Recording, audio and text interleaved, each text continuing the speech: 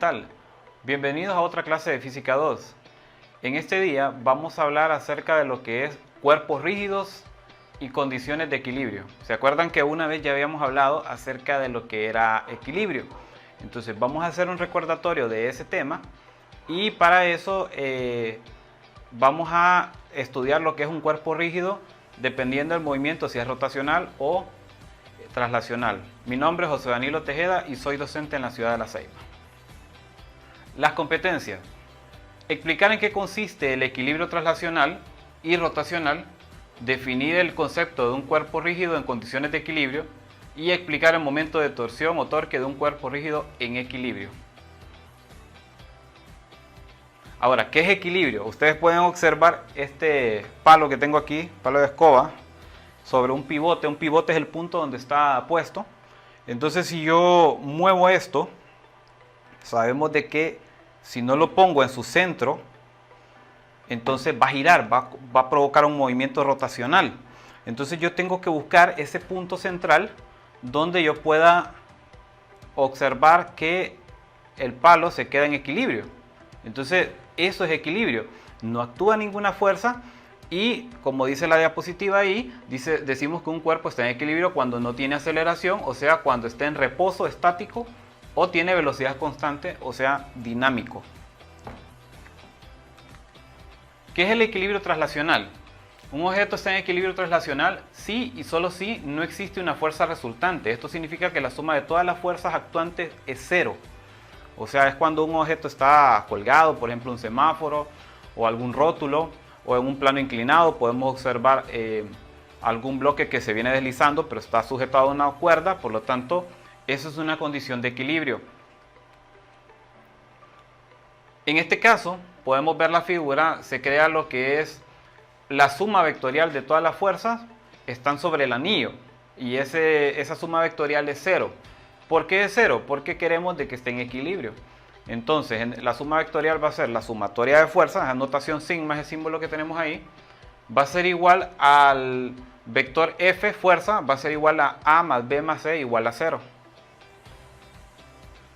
O sea que esa suma vectorial, para poderla calcular, usamos componentes rectangulares de cada fuerza.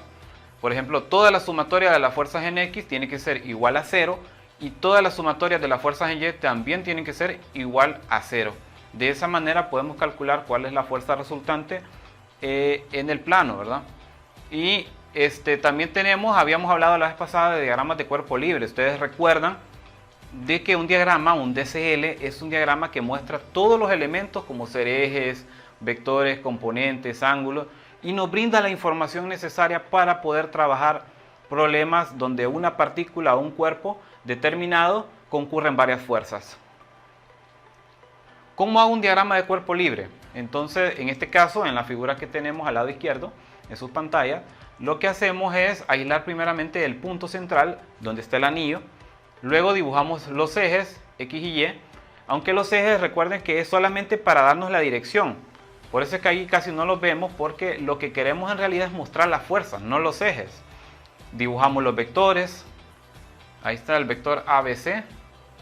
Y también vamos a etiquetar sus componentes. En este caso el vector A tiene componente horizontal y componente vertical, ¿verdad? Y lo importante es mostrar toda la información necesaria de ese diagrama de cuerpo libre. Ahí está, componente en X y componente en Y. Ahora nos pide encontrar la tensión en las cuerdas A y B. Este ya es un ejemplo de equilibrio traslacional, donde tenemos una pequeña masa que tiene 400 newton de peso, está sujetado por unas cuerdas A y B y también una cuerda que podríamos llamar la cuerda C, y tienen ángulos de 30 y 60 grados. Si ustedes recuerdan, según conceptos de par lineal, ángulos alternos internos me dice que si un ángulo de 30 grados en la parte de arriba y yo tengo otra línea abajo que se forma y hay dos líneas paralelas, entonces si yo tengo 30 grados, abajo también voy a tener 30 grados. Ángulos alternos internos. Lo mismo sucede con los 60 grados. Veamos. Entonces lo primero para encontrar la tensión de las cuerdas es hacer nuestro diagrama de cuerpo libre. Ahí lo vamos formando. Ahí está. Tenemos el diagrama con sus respectivas componentes, ¿verdad? Y es importante mostrar y conocer que A y B tienen componente en X y componente en Y, lo mismo hay componente para cada una en 30 y 60 grados, ¿verdad?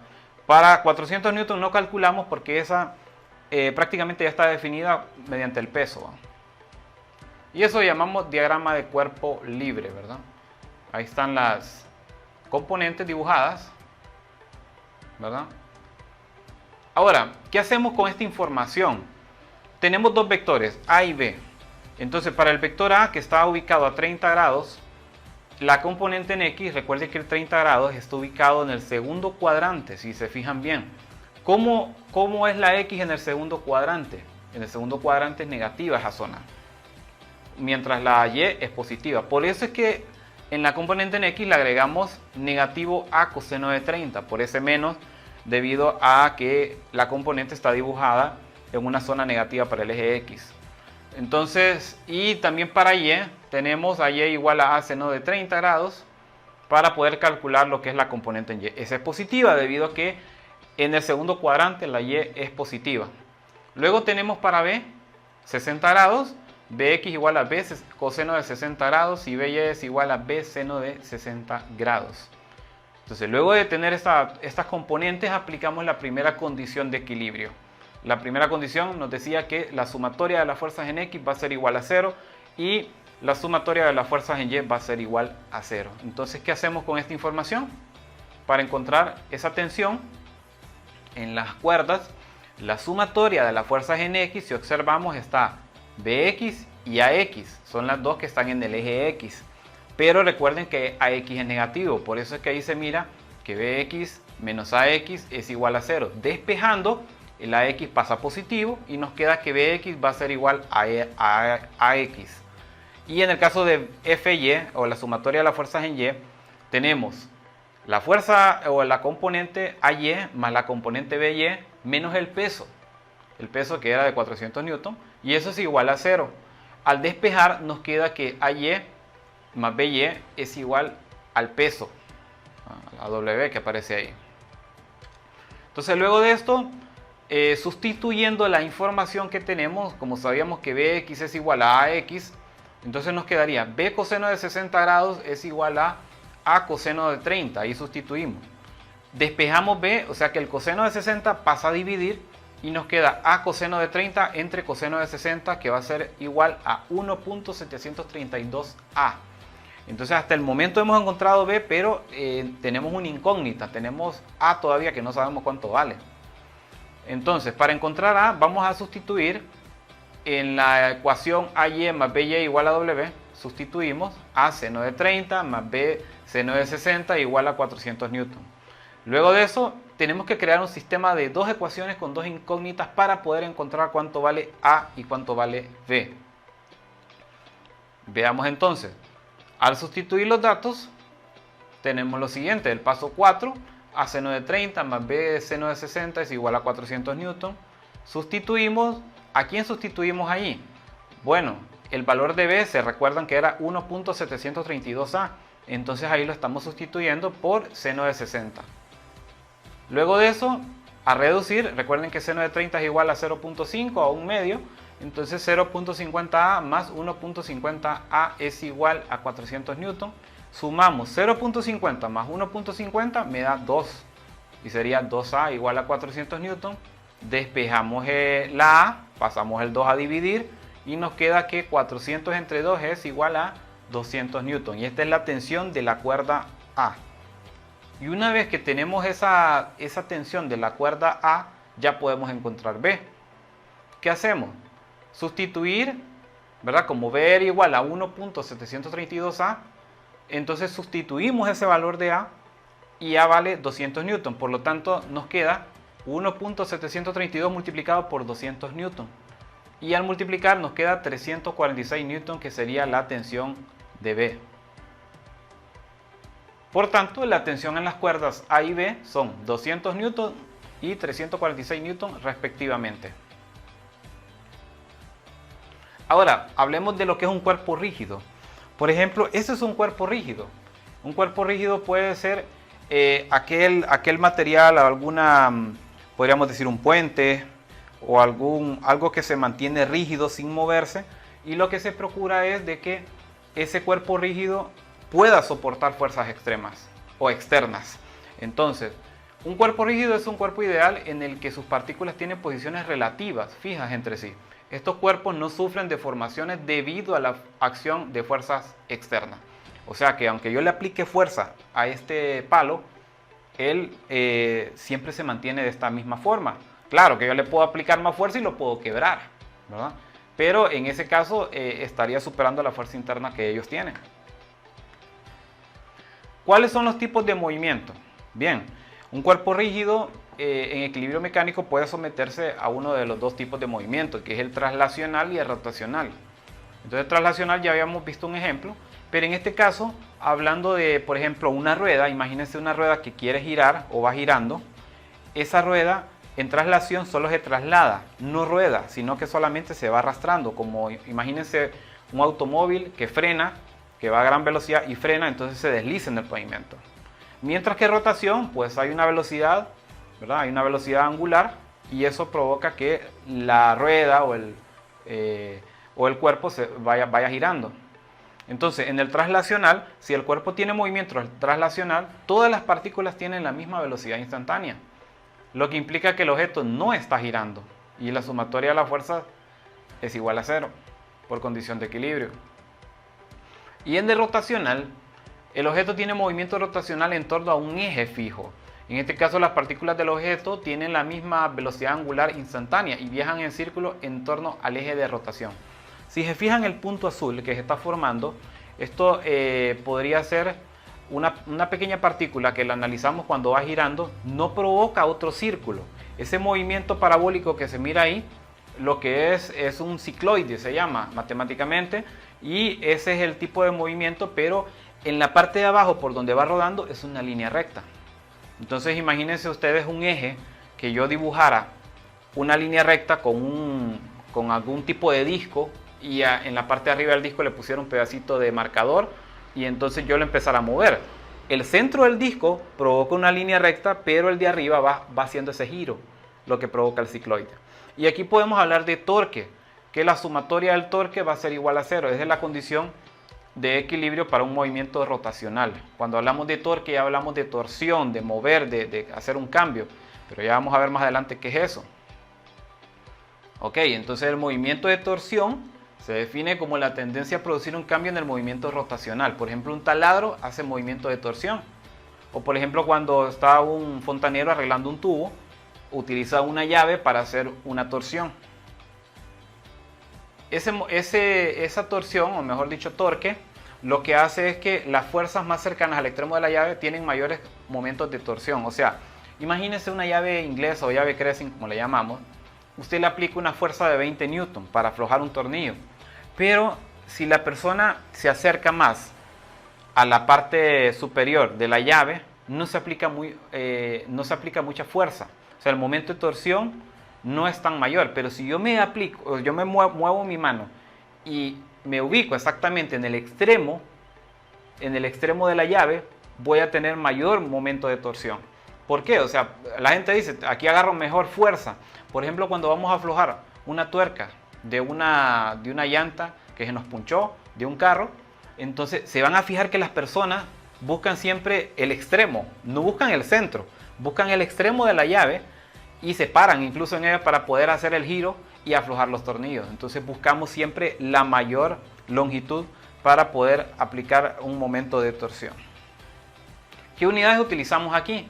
Momento de torsión es proporcional a la magnitud F y a la distancia R desde el eje. O sea, por tanto, ese símbolo se llama tau, que quiere decir torque en física. Entonces, torque va a ser igual a la fuerza aplicada multiplicada por la distancia R. La distancia que va desde el eje hasta el extremo donde yo le estoy aplicando la fuerza, o desde el punto donde estoy aplicando la fuerza.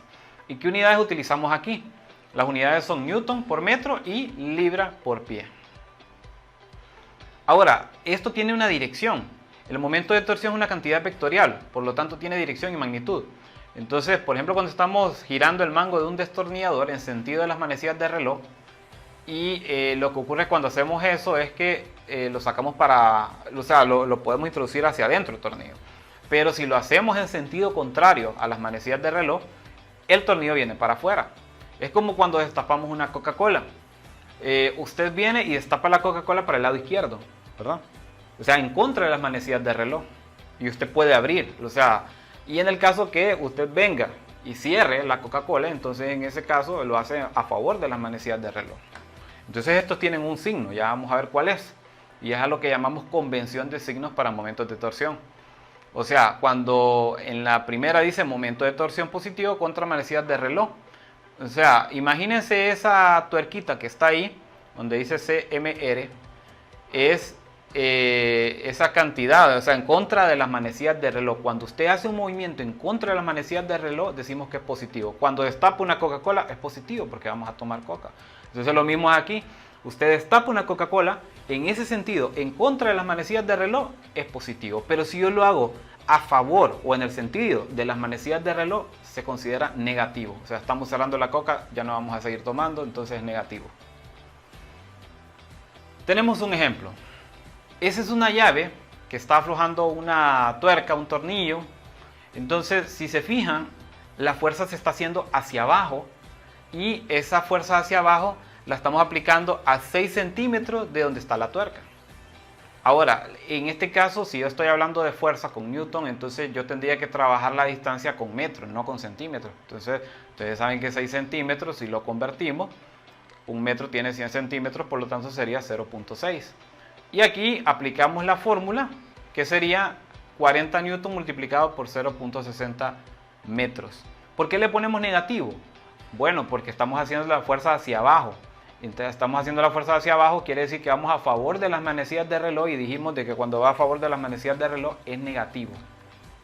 Por lo tanto, este producto nos da que el torque va a ser igual a negativo 24.0 newton.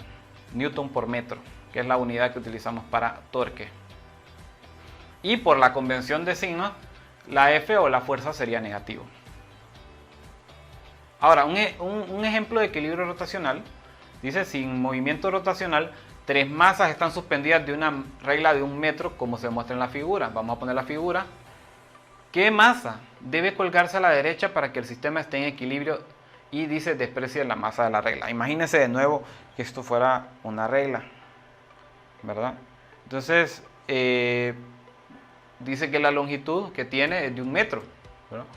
Y entonces tiene pequeñas masitas. En cierto extremo tiene pequeñas masas, una de 25 kilogramos y otra de 75 kilogramos. Entonces, ¿cuánto debería pesar la que está al lado derecho para que se mantenga en equilibrio? Entonces, imagínense que yo le coloco algo aquí, entonces ella va a querer girar y va a rotar. Entonces, para mantener el equilibrio, cualquiera me podría decir que solo ocupa 100, porque si las dos de acá suman 25 más 75 es 100, entonces acá también le pongo lo mismo y sería 100. Pero claro, hay que demostrarlo. Entonces vamos a despreciar la masa de la regla, ¿va? Porque la masa de la regla tiene mucho que ver también, ¿verdad? Pero en ese caso la despreciamos. Y los datos que tenemos del problema es que masa 1 es 25 kilogramos, masa 2 75 kilogramos y masa 3 25 kilogramos, ¿verdad? La masa 3, bueno, la masa 3 es la que andamos buscando, ¿verdad? Esa es la que andamos buscando. Y los datos serían 50 centímetros, la primera distancia, vamos a poner la figura para que lo puedan ver. 50 centímetros. En la distancia 2, fíjense bien ahí la posición está de 20 a 50. Entonces vamos a restar a los 50, que es el centro de la regla, los 50 centímetros, le restamos los 20 y encontramos que esa pequeña longitud de R2 va a ser igual a 30 centímetros. Y luego 85 menos 50. ¿Por qué 85 menos 50? Porque si se fijan, la R3 va desde 85 a 50, entonces de 50 a 85 hay una diferencia de 35 centímetros. Entonces lo que nos pide encontrar es la masa 3, esa masa, cuánto pesaría. Entonces lo primero que vamos a hacer es dibujar un diagrama de cuerpo libre, ¿verdad? Ahí pueden observar las líneas azules, masa 1 por gravedad, de ahí masa 2 por gravedad, donde está ubicado el pivote al centro de la regla, provoca, como hay un área de contacto, hay una fuerza normal, ¿no? O sea, recuerden que está peso y peso es igual a la fuerza normal, en este caso porque está en equilibrio. Entonces hay una fuerza normal y está la masa 3 multiplicada por la gravedad. La gravedad es la misma para todas, ¿no? Entonces en este caso, por condiciones de equilibrio, sabemos que la sumatoria de las fuerzas en X, ¿verdad? En X no hay movimiento. En Y sí tenemos a la normal, ¿va? Con el peso. Esas son las fuerzas que tenemos. Ahora, por condición de equilibrio rotacional, sabemos que el torque va a ser igual a la sumatoria de las fuerzas de cada una de ellas, ¿verdad? De la fuerza 1, de la fuerza 2, de la fuerza 3. Ahora, fíjense en algo. En la fórmula de abajo aparece un negativo. Negativo fuerza 3, R3. ¿Por qué le cambiamos signo? Ok, porque recuerden lo que dijimos. Las dos primeras que están al lado izquierdo de su pantalla están en color azul. Esas, imagínense que va para abajo, va en contra de las manecillas de reloj, por eso es positivo. Mientras que la roja, que es la masa 3, esa va a favor de las manecillas de reloj y eso es negativo. Entonces por eso le ubicamos ese menos ahí y se iguala a 0 por condición de equilibrio. Entonces teniendo esto, lo que hacemos es igualar a 0 y luego empezamos a sustituir. Fíjense bien, la fuerza es igual a masa 1 por gravedad multiplicado por R1, que es la distancia 1. La masa 2 multiplicado por la gravedad por R2 menos la masa 3 por gravedad por R3 igual a 0. ¿Qué hicimos aquí? Las fuerzas fueron sustituidas por masa por gravedad. Ahora, luego de eso sacamos un factor común. ¿Cuál es el factor común en el segundo paso? Es la G, es la gravedad. Sacamos el factor común y ese factor común, al sacarlo, nos queda entonces solo las masas multiplicadas por las distancias, ¿verdad? Ahí podemos ver que si esa gravedad que sacamos como factor común la paso a dividir con el 0, se cancelaría, debido a que todo número que es, digamos, un 0 dividido entre cualquier número da igual a 0. Entonces la gravedad pasa a dividir y se cancela con el 0. De manera que nos queda M1, R1 más M2, R2 menos M3, R3 igual a 0, luego de cancelar la gravedad. Transponemos términos porque lo que andamos buscando es la masa 3. Y como andamos buscando la masa 3, pasamos a dividir ese R3, lo pasamos abajo a dividir. Entonces ya nos queda una fórmula, ¿verdad?, en la cual podemos decir M1R1 más M2R2 dividido entre R3. Y sustituimos los datos, ¿verdad? Hacemos una cancelación ahí de los centímetros y entonces nos está dando un resultado de masa 3 igual a 100 kilogramos. ¿De dónde sacamos estos datos? Recuerden, son los datos iniciales del problema. Y entonces nos da que la masa 3, lógicamente, como lo habíamos dicho al principio, tiene que medir o tiene que valer unos 100 kilogramos para que pueda mantener en equilibrio la regla. Ok, entonces por tanto en el problema ya quedamos claros de que la masa que debe colgarse a la derecha para que el sistema esté en equilibrio es 100 kilogramos. Acepta el reto. ¿Cuándo un objeto está en equilibrio traslacional?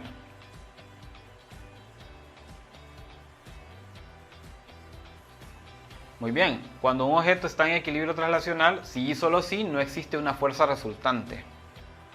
O sea, una fuerza que haga que se mueva. ¿Qué es un cuerpo rígido? Un cuerpo rígido es un cuerpo ideal en el que sus partículas tienen posiciones relativamente fijas entre sí, no sufren deformaciones. Imagínense la tuerca, cuando uno le aplica una llave no se deforma, tiene fuerzas internas que hacen que esté rígido. ¿Cuáles son los dos tipos de movimiento en donde hay equilibrio mecánico? Muy bien, movimiento traslacional y rotacional.